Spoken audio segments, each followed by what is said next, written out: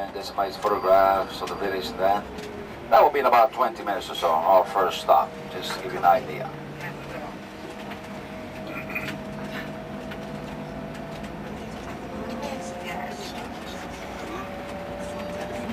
These are olive trees on the left, young ones. You see the system of irrigation, with hoses now that keep the moist the roots of the trees. And that way they can, with very little amounts of water, they can do this. This woman, a Norwegian, that we saw walking, she thinks she's skiing, These are medlars, there's fruit on the left, it's just getting ripe, medlar. Níspero, oranges, plenty of them. We have so many medlars on the right. The fruit is very, very nice. This is the time of year where you can try it out.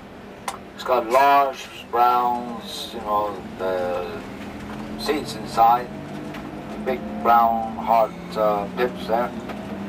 We eat this fruit April, May. See these trees? This is all the medlar. Many people from Britain are not familiar with it. Lots of parts they export to Italy and Scandinavia mostly. But it's very, if you eat it right, it's a good job the fellow put a rising elephant on top of the roof and cave in, fall on top of them.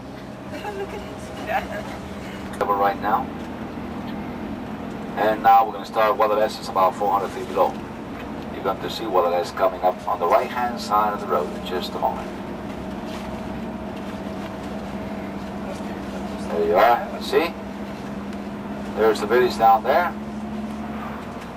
We are going to be visiting Guadalest in a while. But before we do go to Guadalest, we're going to give you a brief stop, like toilets and that, before we actually take you around the village.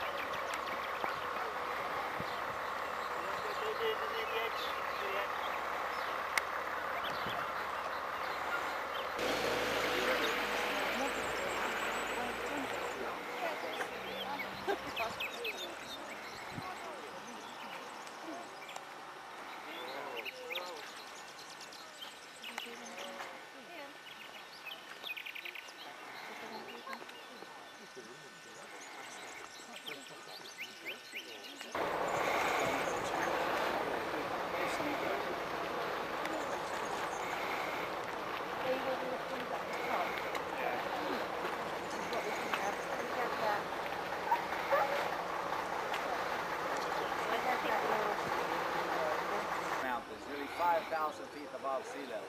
Every now and then you get a bit of snow up there, but it's a quite rare occasion with that happen. Here's the village. We're going to go for a little walk in the village. For the first 2 minutes, we'll walk the new part of Guadalest, and then we're going to go up some steps and take the operator is new season over there, so you can visit. The majority of them will give you a good discount if you say we are with Thompson's. We are with Emilio.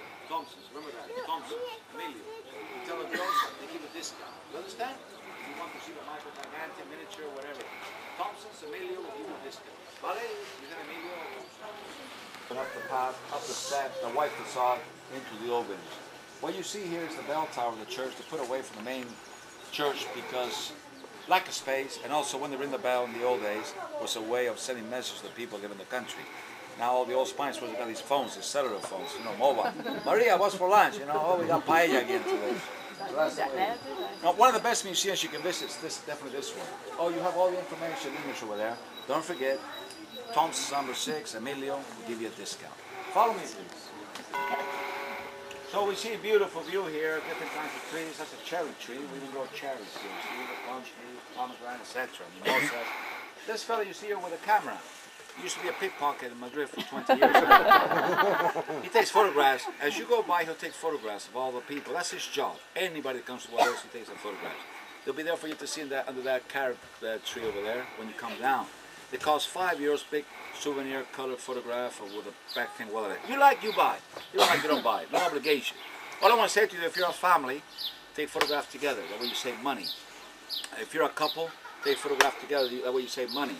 If you're a couple, you with somebody else's husband or wife, take photos separate, just in case. You don't want to leave any evidence. You understand? Okay.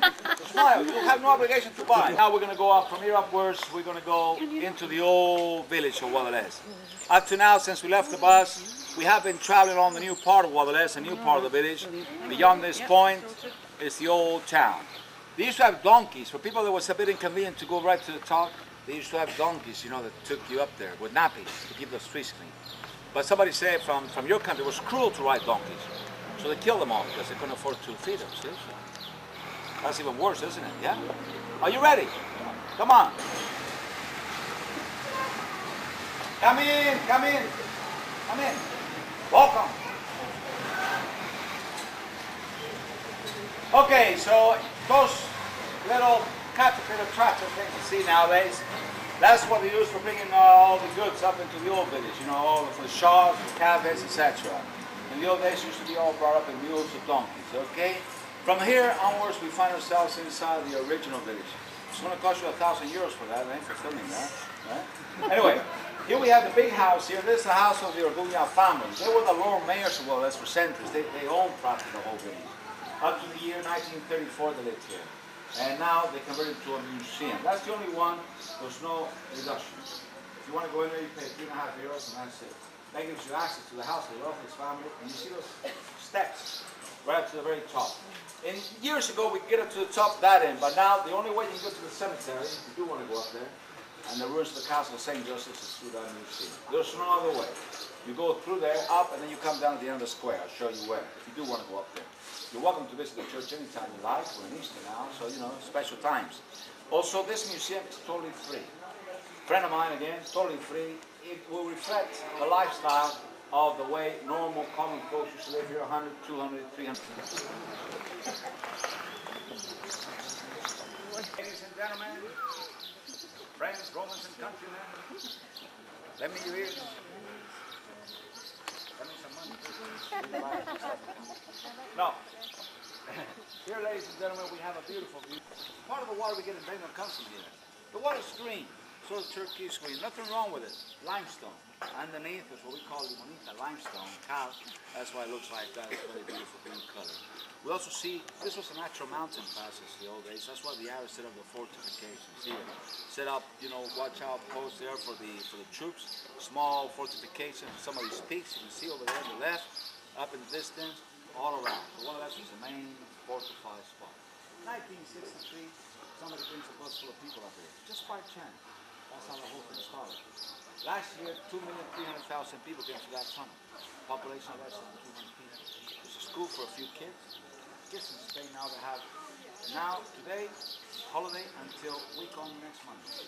You're in Spain, 3 months holiday in the summer. The kids are lovely. 3 months, they all want to come to Spain now. 3 months holiday in the summer, 2 weeks for Christmas, 2 weeks for Easter, bank holidays, yesterdays. Best job in Spain, school together. Well, second best job, best job in Spain, my job. That is City Hall, this is the square. St. Gregory Square. Over there is the City Hall, the Ayuntamiento. We've had the same mayor for the last 24 years. Every 4 years elections, Democratic elections. Every 4 years to win. You know why? He has more relatives nowadays. That's how democracy works. I want to show you something else.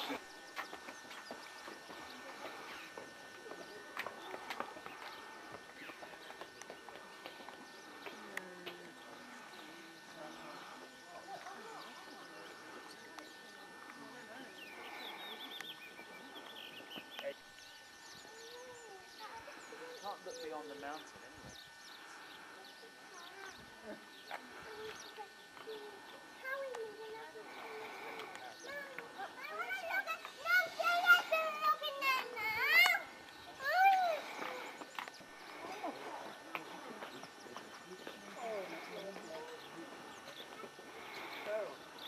That's the dam.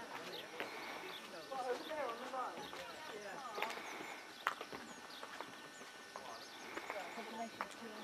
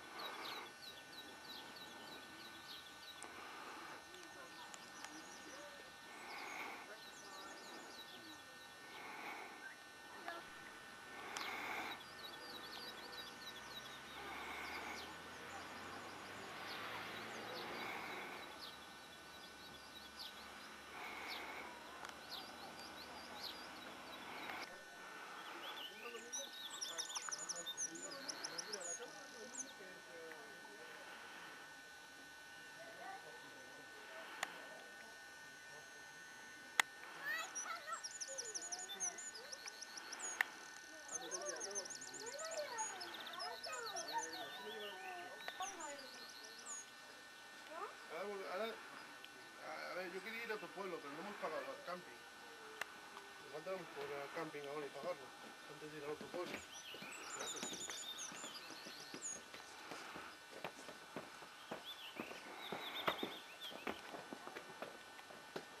Espera, si os ponéis ahí... Y allí había otra torre.